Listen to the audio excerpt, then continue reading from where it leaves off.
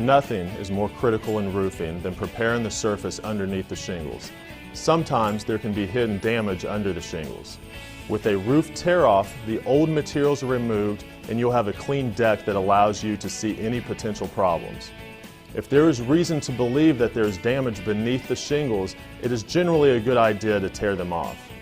If the old roof is still in place, it's more difficult to know what's underneath. There could be rotted wood or cracked boards. Also, if the deck is not sound, it may not hold the nails as well. Any of these problems could telegraph through the new roof and make the finished job look bad, as well as compromise the performance of the system. Remember, cedar shakes, tile, and slate roofs must always be torn off before installing asphalt shingles. They are just not the right surface for shingles. Here are some suggestions for removing old asphalt or wood shingles. To perform a roof tear-off, professionals will use specially designed roofing tear-off shovels, a large flat shovel, or a serrated edge shovel to remove the existing roofing materials. It's better to use good tools because the tear-off will go quicker and easier. Remove all debris and waste materials from the deck and then sweep it clean.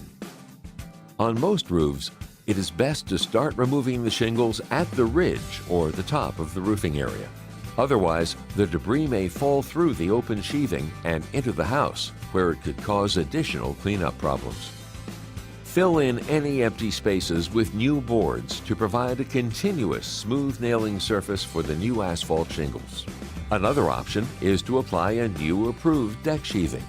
If the deck needs replacing, use either high-quality exterior-grade plywood, sheathing boards, or the Engineered Wood Association approved exterior-grade non-veneer structural panels. When installing plywood, be certain to have a 1/8 inch space between the panels over the rafter boards. This space allows for plywood expansion movement at the joints in the plywood. Sometimes plywood can move enough to create a buckle that will push up roofing materials. Make sure the decking you install is dry.